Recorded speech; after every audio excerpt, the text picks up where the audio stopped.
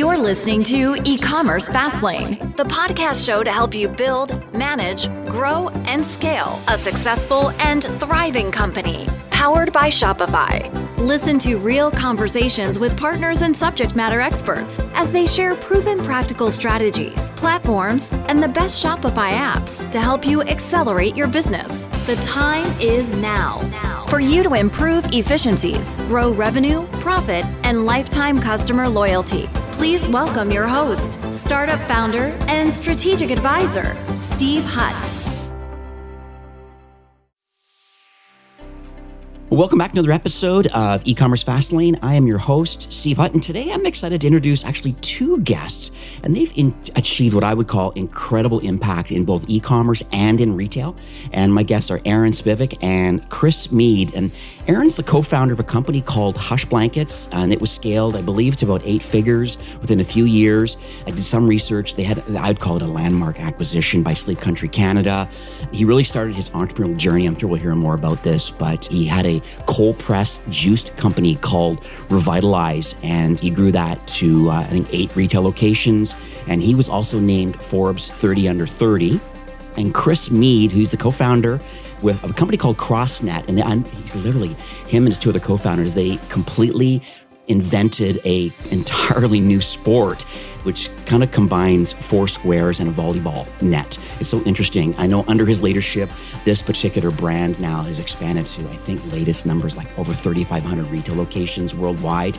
He's got a lot of coverage from a lot of major press, including ESPN. And so the reason why I have these 2 founders here together today is because they've joined forces to create a company called the Founders Club, and their website is the Founders Club, or I think it's foundersclubofficial.com. And what it is, and they'll probably talk more about this in a few minutes, but it's a community that connects kind of high growth entrepreneurs really to create meaningful relationships and kind of knowledge sharing. And today, we're going to explore like their entrepreneurial journey. We're going to discuss a little bit about some of the challenges that brands are facing, these DTC brands today, and then uncover why maybe building a strong founder network might be crucial for business success. So hi, Aaron and Chris. I'm just thrilled to have you guys on here today. So welcome to the show. Thanks for having us, man. Appreciate it. Thank you, brother. All right. So I have a great question, I think, at the beginning here. I thought about this morning. Could you each share a pivotal moment in your entrepreneurial journey that you believe has shaped your approach to business? Like, is there something that's happened in your life that says, hey, I want to be an independent person. I want to be responsible for and or build a category. And it baffles me that people have this sort of mindset, and there's something usually happens in their past that triggers something. So I'll let either one of you go first and just tell me, what was the spark of inspiration to be involved in e-commerce? So we're 3 years into business at CrossNet. We land our first purchase order with Walmart. It's about a $500,000 order, and we have no idea what we're doing, right? But of course we say yes, we accept the order. And a few months later, we get nationwide distribution, and we have no idea, right, Steve? How do I, from my bedroom in Miami, Florida, get you in Vancouver to walk into a local Walmart? I mean, I don't know if there's Walmarts in Vancouver, but crappy example. But yeah, you get what I'm saying. How do I do that from a Facebook ad manager when I'm in my bedroom in basketball shorts trying to figure it out? And what it led to was just, I was a 25-year-old entrepreneur selling into the world's largest retail store, and it led to over $1 million in mistakes, right? Mm-hmm. The inventory got to the stores and the boxes were all damaged. They weren't scanned in properly. Then it just led to us overspending on Facebook, where I was literally spending probably 3 times what I normally would spend just to prove to Walmart that we could sell through. But then I got our profit and loss later that month, and I see that, we just lost $500,000 on this order that was supposed to make us super rich. And from there, it was like an eye-opening experience that I needed to connect with people like Aaron and other people to that have been through this shit before. So I just don't make these crucial mistakes, because honestly, if I made 1 or 2 more, I would have been out of business. All right. Thanks for sharing that. And, I would say I didn't have so much of a different experience. I think getting into the land of e-commerce and, for us primarily, we never really viewed it as drop shipping or just selling, like finding a product and selling it online. Our goal was to really always build a brand. I always was so jealous of when people would, buy a t-shirt for $200. And in my head, I'm like, it's just a white t-shirt. But there was a connection to what that t-shirt meant. And we can go down a rabbit hole of what it meant, but it always meant something more than $10.99 t-shirt at Walmart. And we were always obsessed with that. But as a 22-year-old at the time with, my friends in university, not having really anyone around me and really no community, no one to rely on, that at least that I can trust. There's a lot of people on YouTube that say a lot of things. Yeah. We made tremendous mistakes. One very similar to Chris, just getting into retail and not realizing that you have to actually move the product off the shelves. But most importantly, again, as a 22-year-old dropout myself, not understanding P&Ls and marketing related efficiencies and what it means to what a ROAS meant, what MER meant, actually what a balance sheet was at the time. So I think like the ignorance was very bliss, but I'm very grateful for it because a part of it is what kept us going. But looking back, if I just had a little bit of a community that I could rely on, a lot would have been different. Yeah. That's really cool. Thanks for sharing that. So let's talk a little bit about Hush Blankets then, Aaron, while you got the mic here. So from what I can see, there was significant growth, as I mentioned, 8 figures in 24 months, and then the Sleep Country Canada acquisition.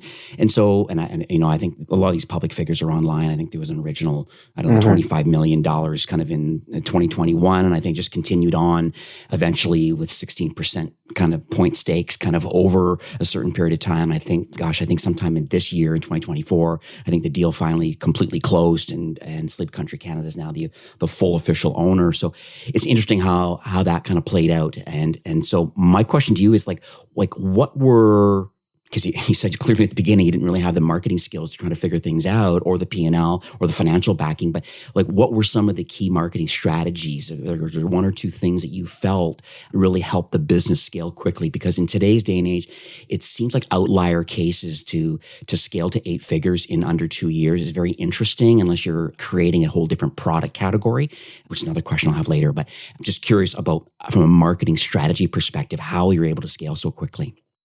Well, you're very well researched, so I love that. Yeah, so we our story, just I guess to paint a picture for people in a quick way, is we launched the brand with $4,000, one sample that I took a picture of on my iPhone, whatever it was, 9 or 10 that came out, and photoshopped it on Canva to remove the background and launched a website. So and then figured out Google Ads with a $200 budget and made my first sale.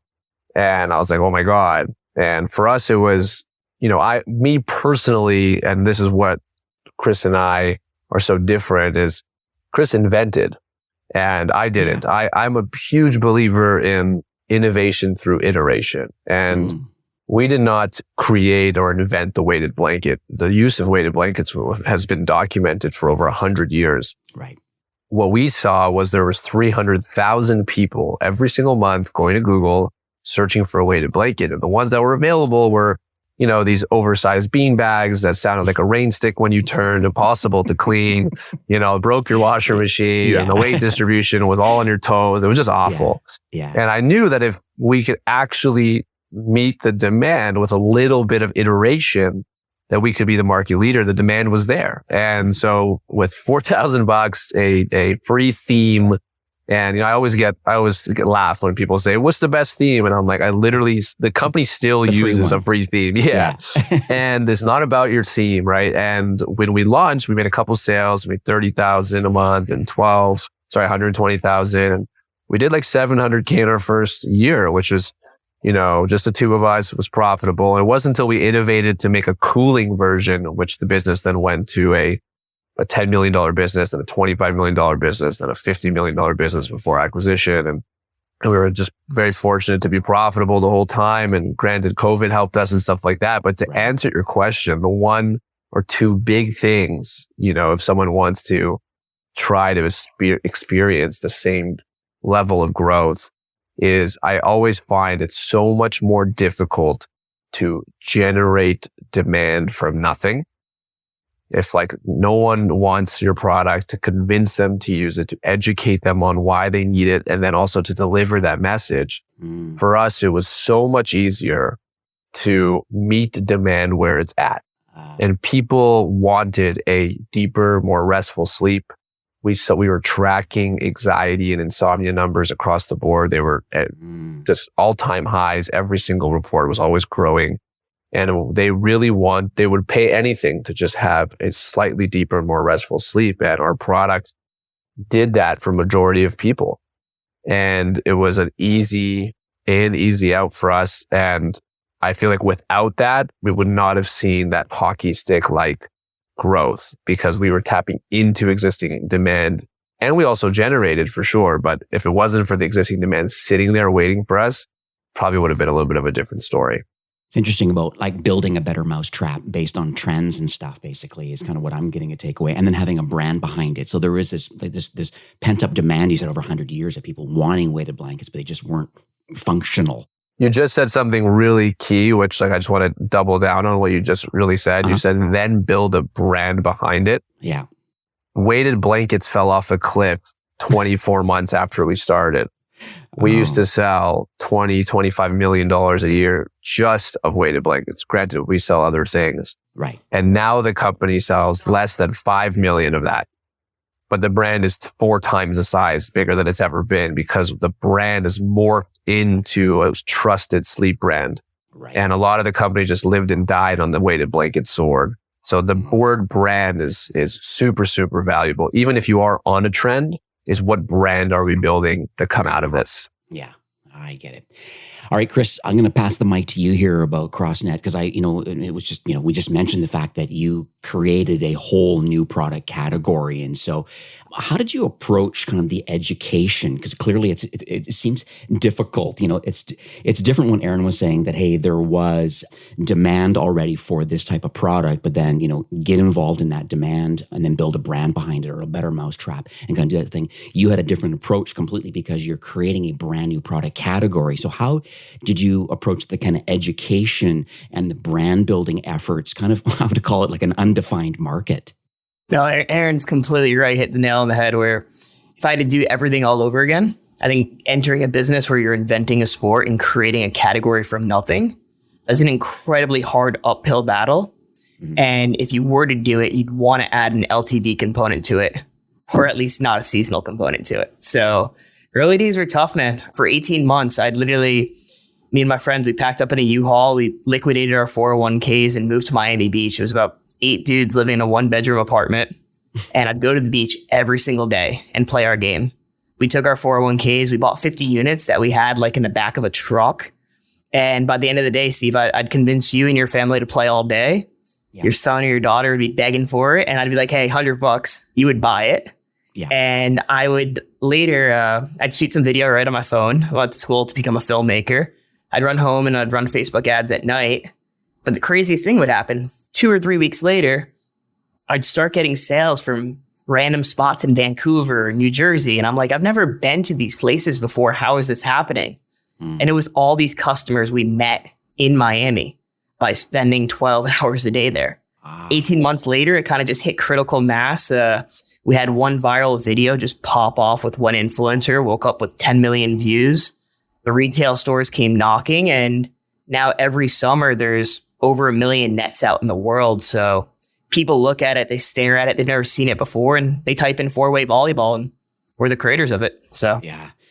That is absolutely, it's amazing to see that too, because I noticed that the growth of the business, I think a lot of it is helped too. I mean, obviously direct is one way through crossnetgame.com in the US and crossnetgame.ca in Canada. So getting direct, I think is very, very interesting. But I also think there's been, to your credit though, I think knowing that the direct to consumer model is there and the UGC and the viral videos, all that, I mean, that all contributed to the early days. I look at today and I think the current distribution being at like retail, we think Walmart and Target and Sam's Club. I mean, I did more retail. Like you're at like Dick's Sporting Goods, and like it's just, you're on Amazon. Like you're a lot of places. I'll let you keep holding the mic here a bit because I want to talk about retail partnerships, because I really think you have an interesting grasp on that of saying, hey, we're going to go direct to consumer. We're going to try that on the early days and see what happens. And then great, this video popped, and then all of a sudden now there's this pent up demand through UGC.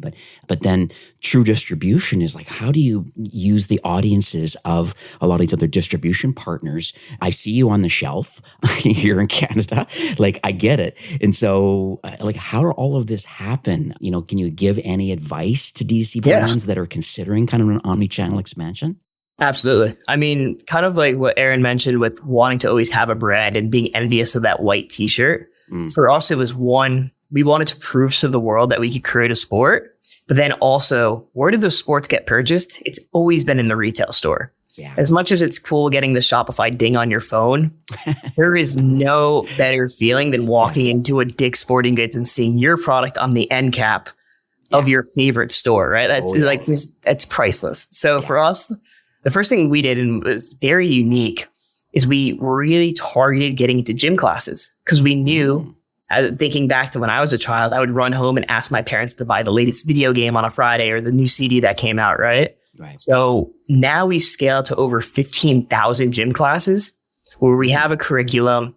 Kids are playing CrossNet for a week-long session in their school, and then they run home to their parents. And for us, it was really important just to outreach. And the cool thing about our category, although innovation's really hard, it makes people super receptive to the change and when there's new products. So for us, it was building on LinkedIn, outreaching one-to-one to buyers, and literally just saying, hey man, I see you run the sporting goods category. How do you not have the 4-way volleyball net that's going viral right now? They take a sample of it, and one store would lead to the next, and we just kept leveling up.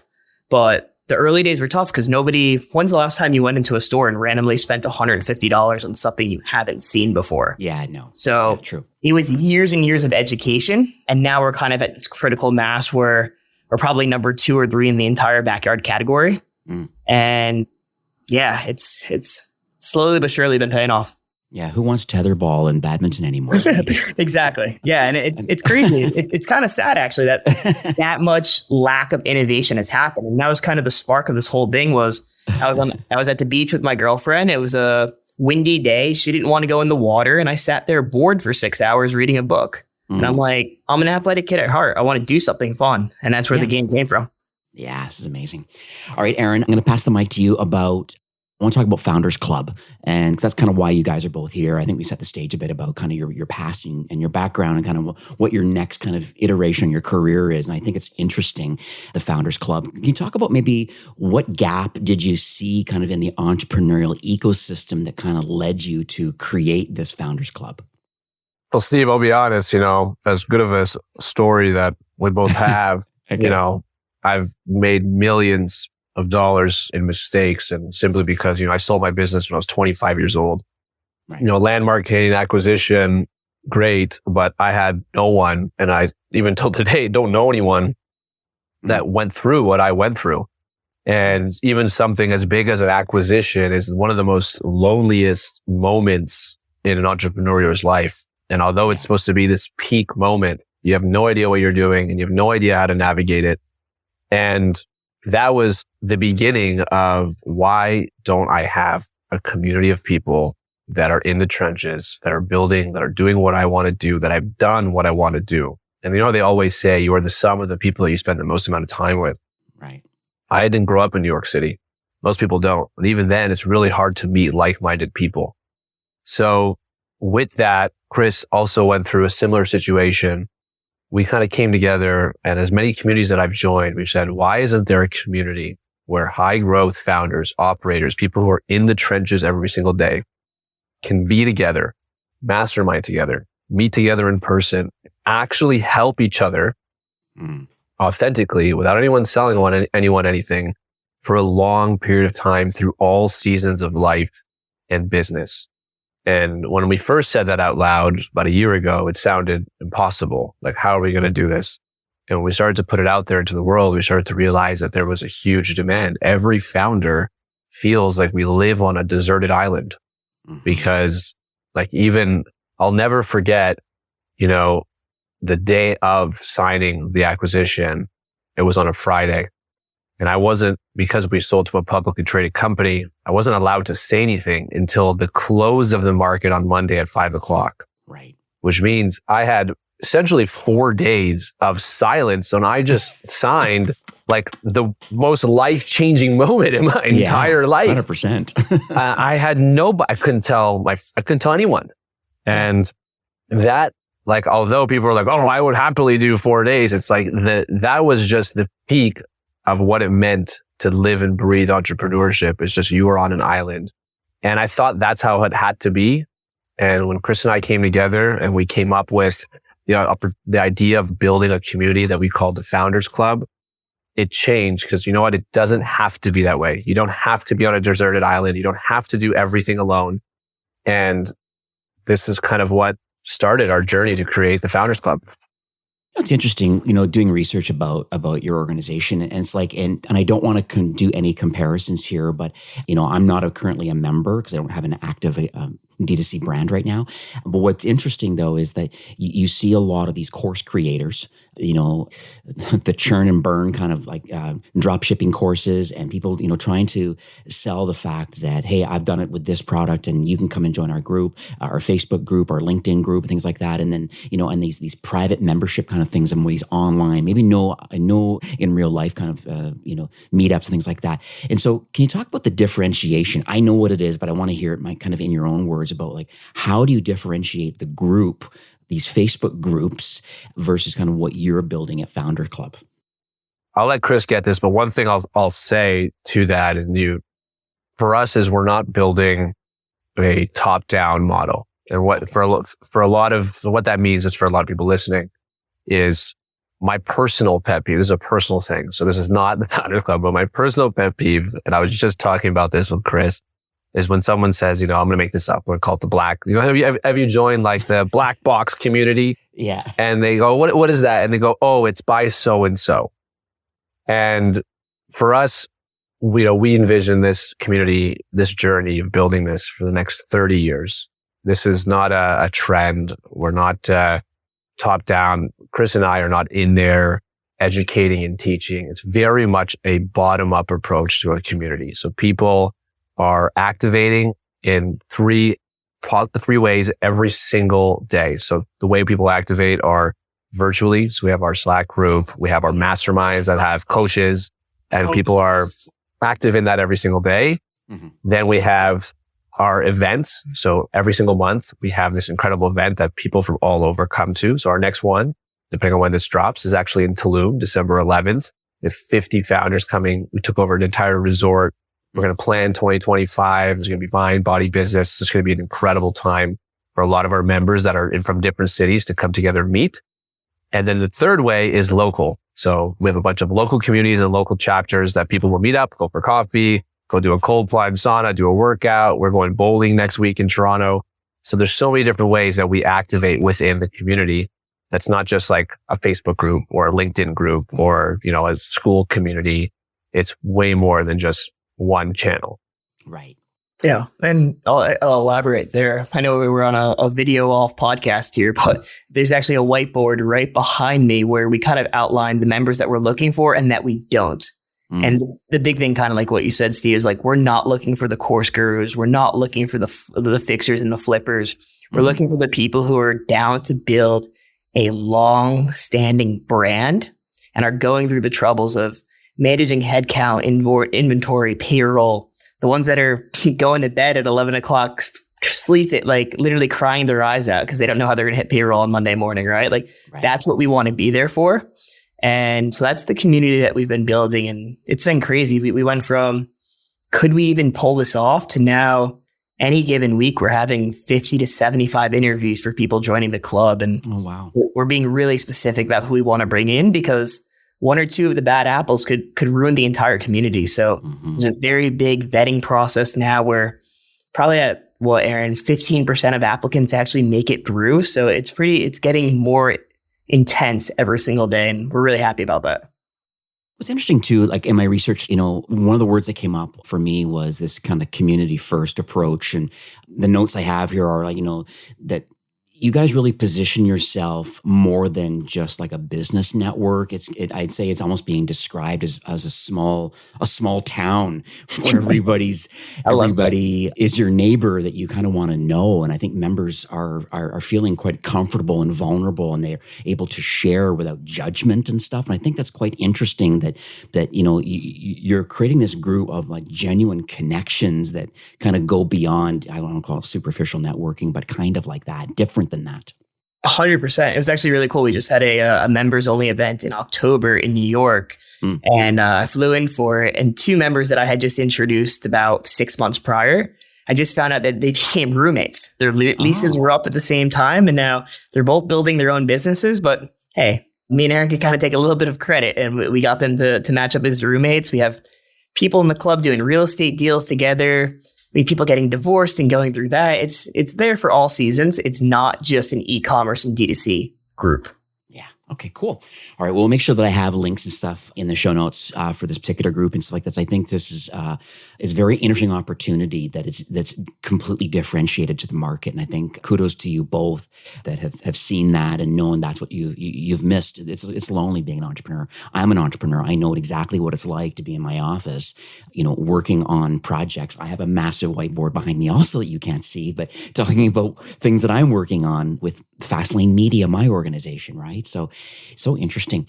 And so I want to talk a little bit about, I guess, the future of e-commerce kind of evolving, because I think there's going to be people that are listening today right now, and they are founder-led brands. You guys are both founder-led brands in your D2C world, and and you're facing right now with the Founders Club. And so I want to see, like, where do you see the market evolving? Because I think there's kind of some early stage people that are listening right now. They're just like, hey, how do I get a foothold on the market? Or because what no one ever wants is like the faceless founder, because that just doesn't seem to resonate with the audience. I don't want to give away what I believe your answer is going to be here, but what does it mean to you to be a founder-led brand? And then what sort of learnings can you share with our listeners today?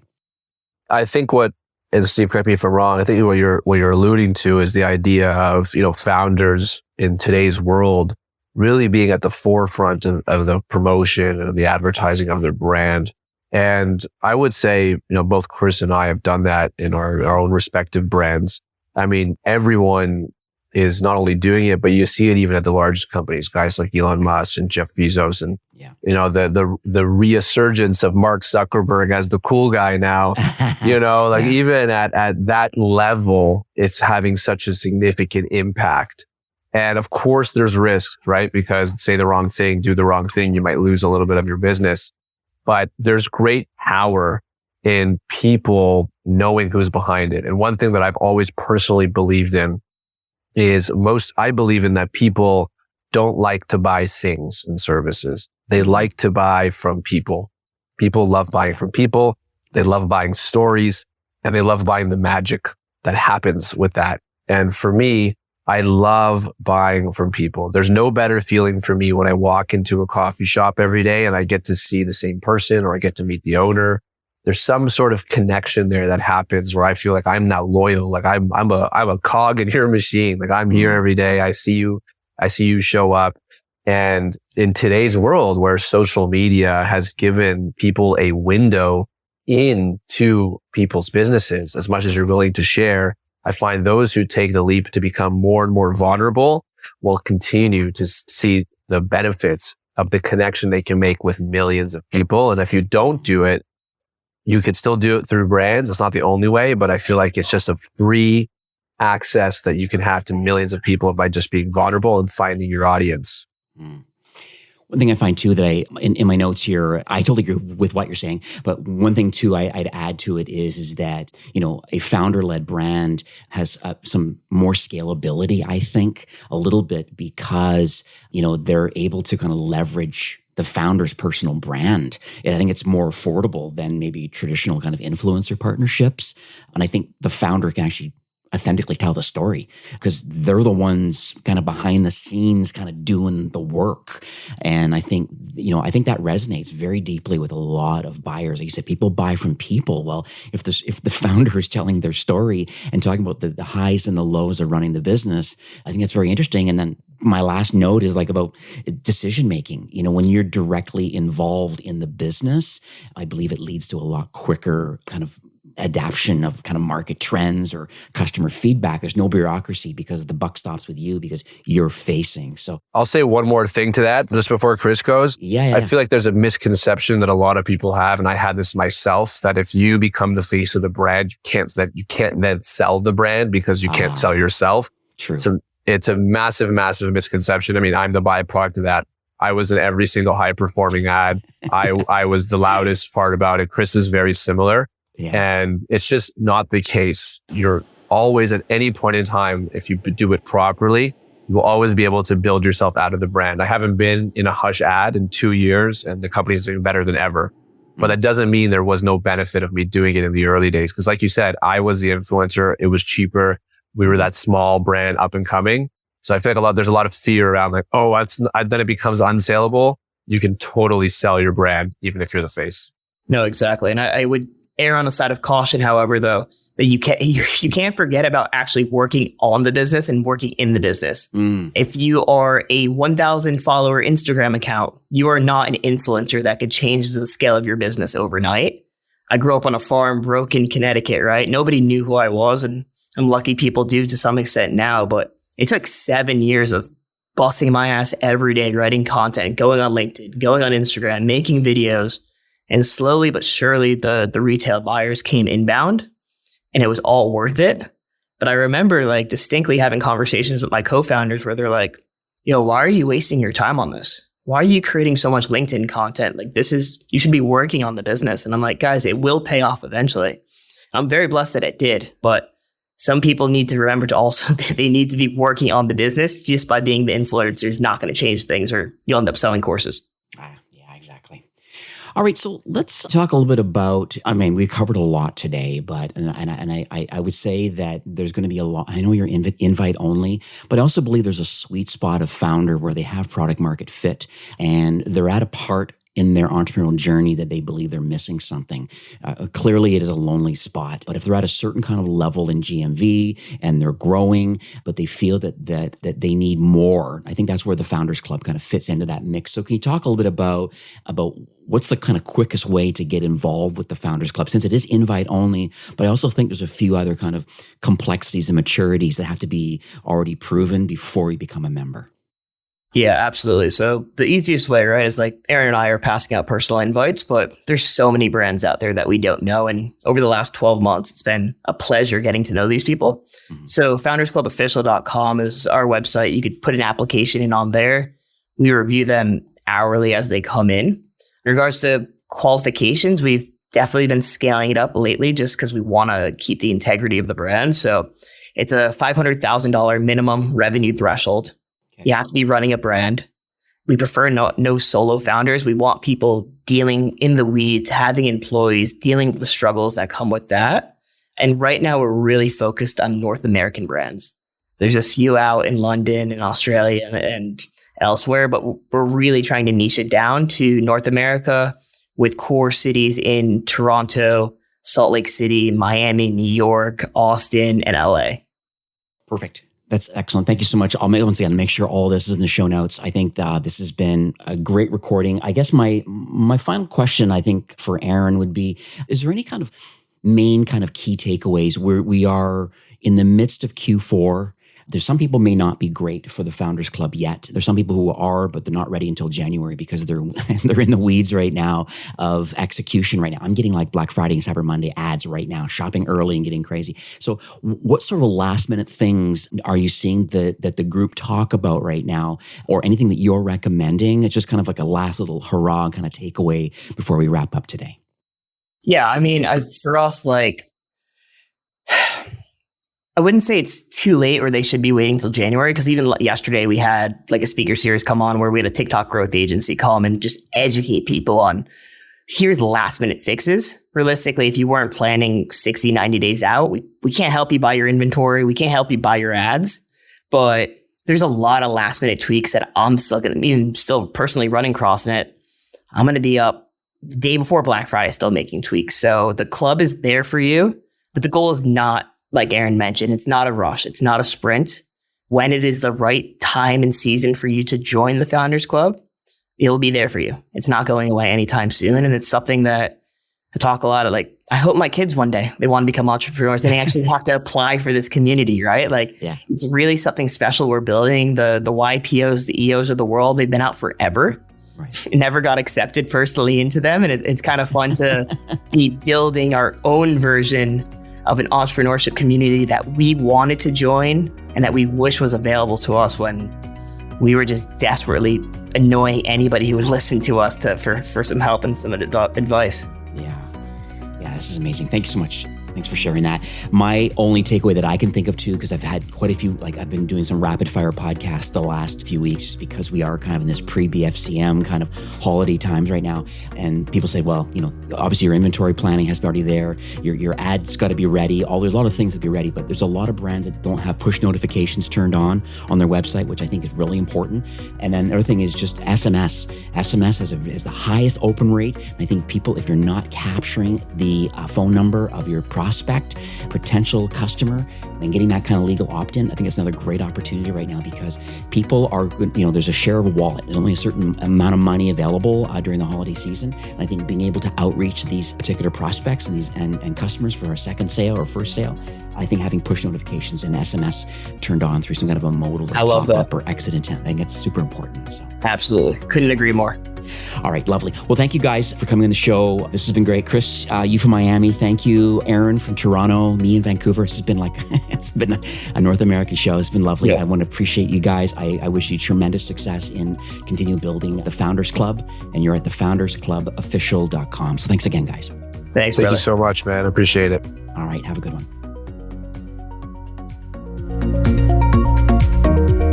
Well, that's it for today's episode. I'd like to thank you personally for being a loyal listener of E-commerce Fastlane. It's my hope that this podcast is offering you a ton of value through growth strategies, tactics, and exclusive insider tips on the best Shopify apps and marketing platforms, all with my personal goal to help you build, manage, grow, and scale a successful and thriving company powered by Shopify.